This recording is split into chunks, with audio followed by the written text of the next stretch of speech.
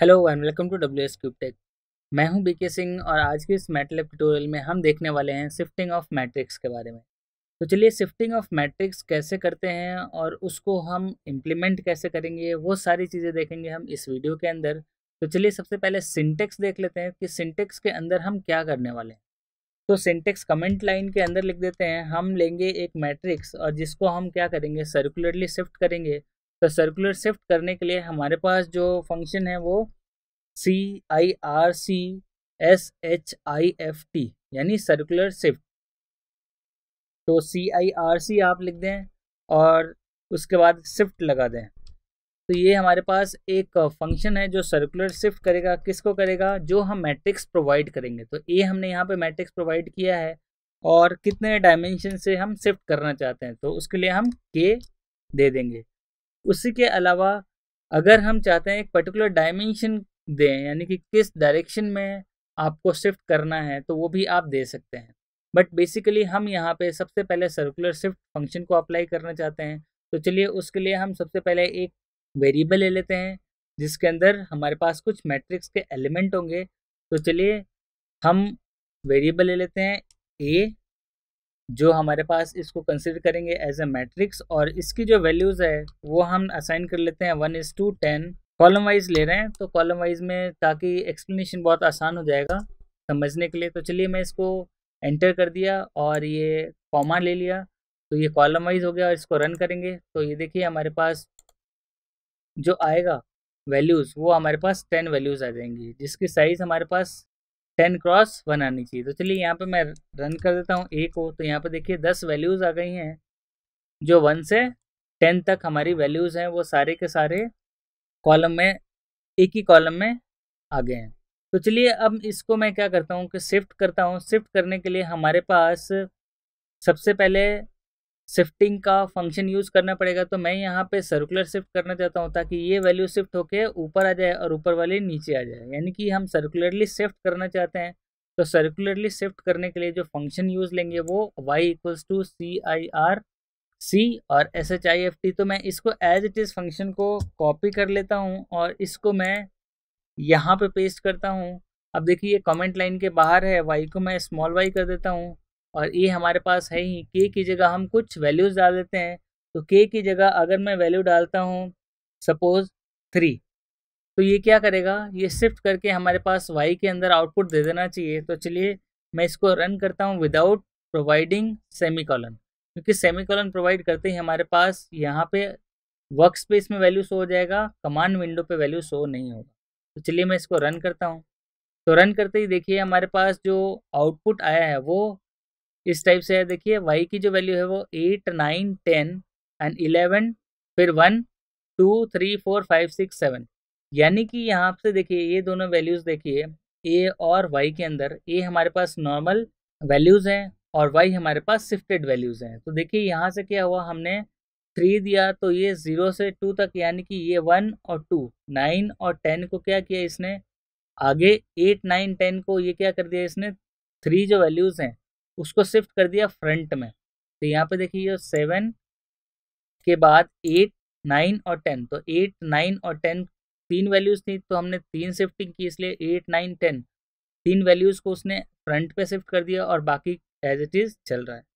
तो इसी तरीके से अगर मैं ए के अंदर ही शिफ्ट करना चाहता हूँ कि 5 वैल्यू शिफ्ट हो और फिर इसको रन करना चाहता हूँ तो उसके लिए सबसे पहले जब प्रोग्राम लिख रहे हैं वहाँ पे क्लियर ऑल फंक्शन का यूज़ ले लें और क्लोज ऑल फंक्शन का यूज़ ले लें ताकि हमारी जो वेरिएबल्स हो वो वापस से यहाँ पे डिस्प्ले हो जाएं और पहले वाले वेरिएबल सारे क्लियर और क्लोज हो जाएं और CLC कमांड से ये जो कमांड विंडो है वो क्लियर हो जाए। तो चलिए मैं इसको रन करता हूँ वापस। तो अब देखिए यहाँ पे अब 5 वैल्यू शिफ्ट हो गई हैं। तो A5 करते ही हमारे पास 5 वैल्यू शिफ्ट हो गई। कौन कौन सी वैल्यू, यहाँ से देखिए ये 1, 2, 3, 4, 5, 6, 7, 8, 9, 10 था तो यहाँ से 5 वैल्यू हमारे पास आ गई 1, 2, 3, 4, 5। तो 6 से लेके हमारे पास 10 तक ये वापस क्या होगा, इधर आ गया यानी फ्रंट पे आ गया। तो यहाँ पे देखिए ये वैल्यू है 6, 7, 8, 9, 10 एंड देन 1, 2, 3, 4 एंड 5। तो इस तरीके से हम सर्कुलरली शिफ्ट कर सकते हैं किसी भी मैट्रिक्स के एलिमेंट को। तो ये तो था जस्ट एक्सप्लेनेशन कि अगर हमारे पास सिर्फ और सिर्फ कॉलम वेक्टर हो तो कॉलम वेक्टर के अंदर हम शिफ्टिंग कैसे करते हैं। इसी तरीके से अगर हम इसी वेक्टर के अंदर अगर हम दूसरे वेरिएबल ले लें, सपोज दूसरे वेरिएबल का मतलब क्या है कि अगर हमारे पास टेक्स्ट के फॉर्म में हो और टेक्स्ट के फॉर्म को अगर मैं मूव करना चाहता हूँ तो वो कैसे मूव करूँगा। तो चलिए मैं यहाँ पे एक वेरिएबल सी ले लेता हूँ जिसके अंदर मैं कुछ टेक्स्ट असाइन करता हूँ। तो A B C D assign कर देता हूँ। तो ये 5 वैल्यूज़ हमने A B C D E assign कर दिया सी वेरिएबल के अंदर, और इसको मैं शिफ्ट करना चाहता हूँ। तो शिफ्ट करने के लिए वही फंक्शन का यूज़ करूँगा, दैट इज़ CIRC और इसके अंदर अब हम जो वैल्यूज़ डालेंगे वो डालेंगे सी, क्योंकि हमने लिया है शिफ्टिंग के लिए ये वेरिएबल दैट इज़ सी, जिसके अंदर हमने ए बी सी डी और ई प्रोवाइड किया है। तो ये आ गया सी, और इसके अंदर अब हम कौन से पोजीशन पे शिफ्ट करना चाहते हैं। तो हमारे पास रो है और कौन से डायमेंशन पे, तो सेकंड पोजीशन पे हम इसको क्या करना चाहते हैं, शिफ्ट करना चाहते हैं। तो चलिए मैं इसको एक बार रन करता हूँ। तो रन करने के बाद जो हमारे पास वैल्यूज़ आनी चाहिए वो शिफ्टेड वैल्यू आ जानी चाहिए। तो यहाँ पे देखिए हमारे पास जो आया है वो फर्स्ट रो के अंदर जो सेकंड पोजीशन से शिफ्ट होनी है। तो देखिए ए बी सी डी को हमने शिफ्ट कर दिया, यहाँ पे देखिए ई आ गया यहाँ पे पहले। तो ये हमारे पास जो आउटपुट आया है वो शिफ्ट होके आया है। अगर मैं यहाँ पे 2 मेंशन कर दूँ तो यहाँ पे देखिए इसी फंक्शन को यहाँ ले लेता हूँ मैं कमांड विंडो के ऊपर और फिर चेंज करके फिर रन करूँगा। तो यहाँ पे मैंने जैसे ही 2 लिया और रन किया, इसको एंटर किया यानी कि, तो एंटर करते ही हमारे पास देखिए डी ई ए बी और सी, यानी कि जो पोजीशन हम यहाँ डाल रहे हैं उतनी शिफ्टिंग हो रही है। तो जितना वैल्यू हम यहाँ पे डालेंगे, यानी 1 वैल्यू डाला तो ई शिफ्ट हो गया, अगर 2 डालेंगे तो डी ई शिफ्ट हो जाएगा, 3 डालेंगे तो सी डी ई शिफ्ट हो जाएगा। तो चलिए एक बार 3 डाल के देखते हैं। तो हमारे पास सी डी ई ए और बी आ गया। तो इसी तरीके से हम पूरा का पूरा शिफ्टिंग ऑपरेशन ना सिर्फ हम कॉलम वेक्टर पे, उसके अलावा अगर हमारे पास दूसरे वेरिएबल्स हो यानी दूसरे टाइप के वेरिएबल्स हो उस पर भी सर्कुलर शिफ्ट ऑपरेशन अप्लाई कर सकते हैं।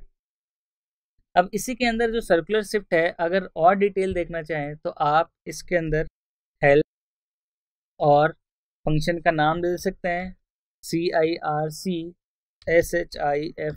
और एंटर कर दें। तो जैसे ही हेल्प और फंक्शन का नाम यूज़ में लिखेंगे और एंटर करेंगे तो यहाँ पे कुछ डिटेल्स आ जाएंगी आपके पास। जैसे यहाँ पे देखिए एग्जाम्पल्स भी दिया हुआ है। जैसे एग्जाम्पल में हमारे पास 3x3 का मैट्रिक्स हो और हमें सिर्फ और सिर्फ ए को शिफ्ट करना हो, यानी कि फर्स्ट पोजीशन को शिफ्ट करना हो, तो ये क्या हो जाएगा, जो कॉलम वाइज मैट्रिक्स है वो स्टार्टिंग में आ जाएगा। तो चलिए मैं इसी को शिफ्ट करके वापस आपको बताता हूँ कि +1 और -1 शिफ्टिंग से क्या इफेक्ट आता है। तो चलिए मैं एडिटर विंडो पे वापस चलता हूँ और इसको स्क्रीन को क्लियर कर देता हूँ और इन सबको कमेंट लाइन में ले लेता हूँ। कमेंट लाइन में लेने का मतलब ये तो हमने परफॉर्म कर लिया। अब इसको हम इसी के अंदर अब हम मैट्रिक्स एलिमेंट ले रहे हैं। अभी तक हमने सिर्फ और सिर्फ सिंगल कॉलम वेक्टर लिया था और हमने सिंगल टेक्स्ट लिया था। अब इसके अंदर हम चाहते हैं कि मैट्रिक्स लें और मैट्रिक्स पे यही फंक्शन अप्लाई करके देखें। तो ये देखिए हमारे पास ए वैल्यूज़ आ रही है जिसके अंदर 1 2 3 4 5 6 7 8 9 यानी कि 3x3 का मैट्रिक्स है वो हमारे पास जनरेटेड है। उसको देख लीजिए यहाँ पे, ये रहा हमारे पास 3x3 का मैट्रिक्स। अगर मैं ए एंटर करूँ तो ये देखिए हमारे पास 3x3 का मैट्रिक्स आ रहा है। अब इसी के अंदर मुझे इसको शिफ्ट करके इधर लेके आना है या इसको शिफ्ट करके इधर लेके आना है।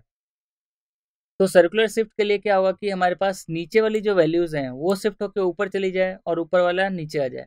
तो चलिए इसको सर्कुलर शिफ्ट फंक्शन का यूज़ करता हूँ। तो यहाँ पे देखिए यही मैं यूज़ करता हूँ सर्कुलर शिफ्ट वाला।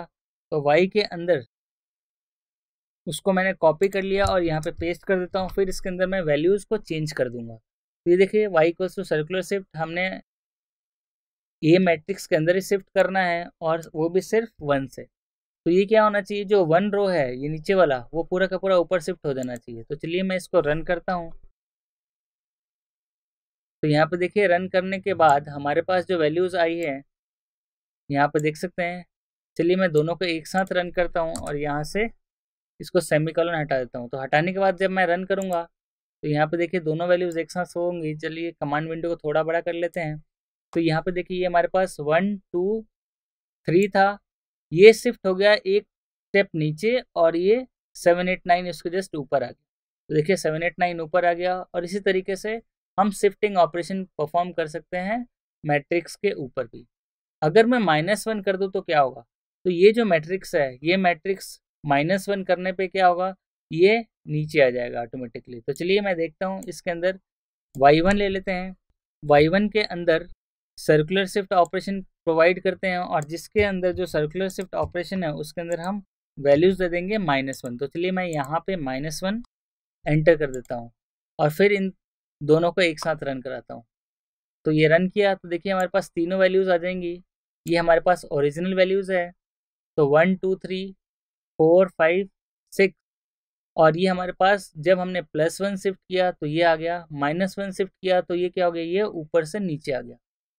तो यहाँ पे देखिए ये हमने शिफ्टिंग की नीचे से फर्स्ट इस टाइप से एंटी क्लॉकवाइज, तो ये हमारे पास एंटी क्लॉकवाइज शिफ्टिंग हुआ। और ये हमारे पास जब हमने -1 प्रोवाइड किया तो ये क्लॉकवाइज शिफ्टिंग हुई।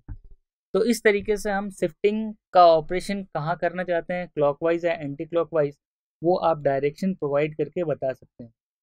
+1 में हमारा एंटी क्लॉकवाइज शिफ्टिंग होगा और -1 में हमारा क्लॉकवाइज शिफ्टिंग होगा। तो आप और भी एग्जांपल्स लेके प्रैक्टिस कर सकते हैं। तो इस वीडियो में हमने ये सीखा कि सर्कुलर शिफ्ट कैसे अप्लाई करते हैं किसी भी मैट्रिक्स के ऊपर, ये चाहे वो सिंगल वेरिएबल मैट्रिक्स हो या सिंगल कॉलम वेक्टर या रो वेक्टर हो या फिर पूरा का पूरा मैट्रिक्स हो, उस पर हम कैसे ऑपरेशन परफॉर्म करते हैं। तो चलिए इस वीडियो में इतना ही, मिलते हैं अगले वीडियो में कुछ और टॉपिक्स के साथ। तब तक के लिए थैंक यू।